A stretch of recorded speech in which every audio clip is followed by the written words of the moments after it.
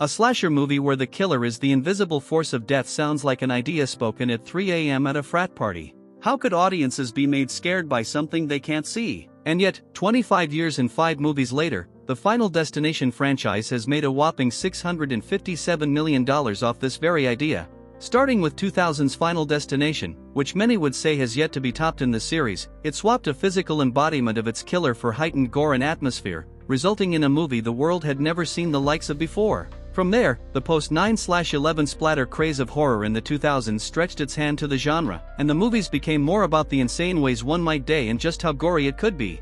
A dip in quality was inevitable in the franchise, but, surprisingly, the last of the sequels, 2011's Final Destination 5, was much better than anyone thought it would be, mainly due to its refocus on characters and that devastating twist ending. Now, 14 years since the 5th installment, the franchise returns with Final Destination Bloodlines, and out of all of the entries, none understands what type of movie it is better than this one. It's not trying to recreate the original, nor is it a quick cash grab like the franchise's lowest point, 2009's The Final Destination. After 25 years, writers Guy Busick and Laurie Evans Taylor and directors Zach Lipovsky and Adam Stein know exactly what audiences want from a Final Destination movie: gore, atmosphere, and insane methods to kill its characters, nothing more, nothing less. Bloodlines offers some insane death moments, turning MRI machines and garbage trucks into weapons of mass destruction. But it's the care and time put into the buildup of these deaths that makes the movie one of the franchise's best. Lipovsky and Stein are constantly toying with the audience, generating such an excruciating amount of tension that seeing a character get sliced in half by an elevator is a moment of cathartic relief. Will Bloodlines be considered one of horror's greats? No, but that's not what it wants to be. Seeing this in a full IMAX screening was one of the best cinema experiences I'd had in a while, with the highs and lows feeling akin to a roller coaster, one much more enjoyable than the ill-fated ride in Final Destination 3. Bloodlines flips the Final Destination formula. The movie starts with the obligatory mass killing that sets everything into high gear. What sets this apart from the other openings is that it takes place in the 1960s. Iris attends the opening of a high-rise restaurant in a brand new skyscraper with her boyfriend, Paul. It's an exciting event with dancing, champagne, and a proposal from Paul, and Iris responds by telling him she's pregnant. But, in this world, happiness is never long-lived, and even the tiniest object, like a seemingly innocent penny, can violently claim hundreds of lives. Due to poor infrastructure and a myriad of other unfortunate occurrences, all hell breaks loose, and hundreds of lives are lost, including Iris's and her unborn child. Just when we're expecting the film to cut back to Iris realizing she had a premonition, it cuts to the current day as our protagonist Stephanie wakes up screaming in her college class.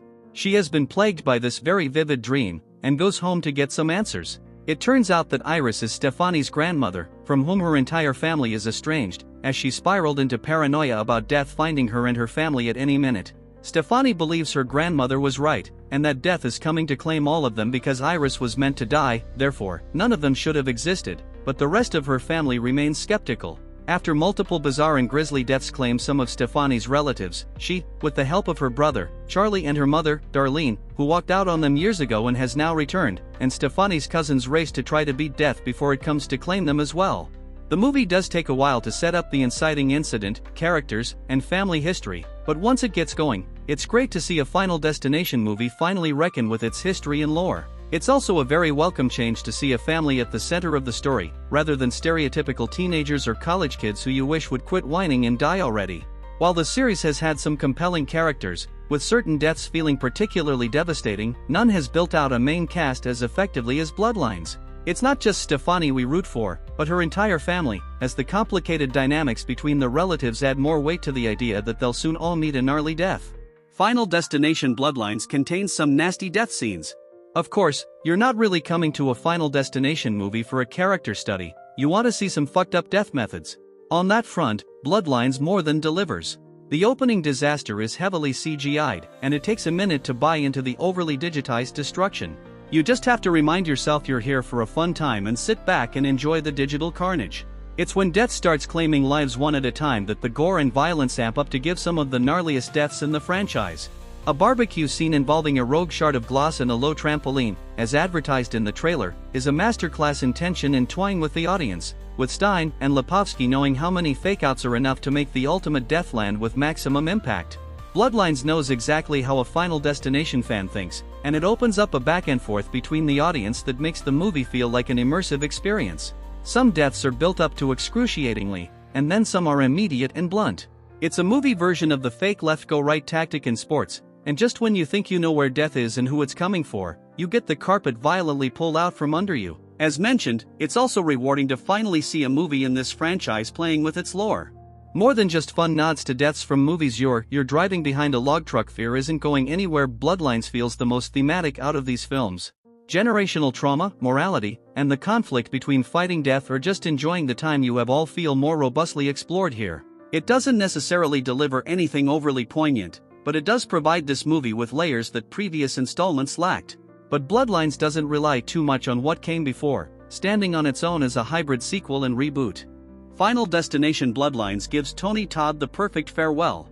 The Final Destination series has an abundance of bad performances, and that's usually because they're given corny dialogue and almost no character development. Here, the acting may not be the most believable, but they do put effort into the dynamics. Caitlin Santawana as main character Stefani actually gives one of the more disappointing performances, as if her only character note was to look shocked. She has on the exact same expression throughout the entire movie, and despite us knowing that her ramblings are real, Wana's overly manic performance makes us even guess what we're seeing. Richard Harmon is the main standout as Stefani's sardonic cousin, Eric. He brings the perfect amount of levity, and despite him taking far too long to start seeing the truth, he makes his denial charismatic, and it's a great antidote to Wana's severely anxious performance. One of the best scenes in the entire movie doesn't contain death, because no amount of gore could top the scenery chewing that Tony Todd does here in his final role.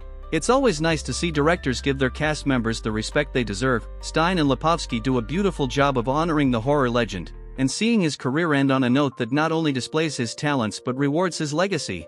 It may only be a few moments, but his scene ties together the entire franchise and its themes, while also allowing us one last goodbye to one of the genre's greats. If you don't like horror movies, then don't go see this movie. This isn't for you. This is for the Final Destination fans who've waited patiently for over a decade. It's also for those who enjoy a ride of a movie that will raise and drop your heart rate multiple times over an hour and 47 minutes. With horror franchises constantly coming back from the dead, Bloodlines is one of the freshest we've seen in a while. It's the perfect blend of going back to basics and cooking up something new, drenched in blood and snapping bones. Final Destination Bloodlines splatters into theaters on May 16th.